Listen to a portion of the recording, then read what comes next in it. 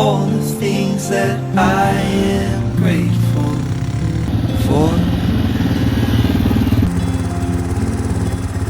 They say, hold on to the ones you love.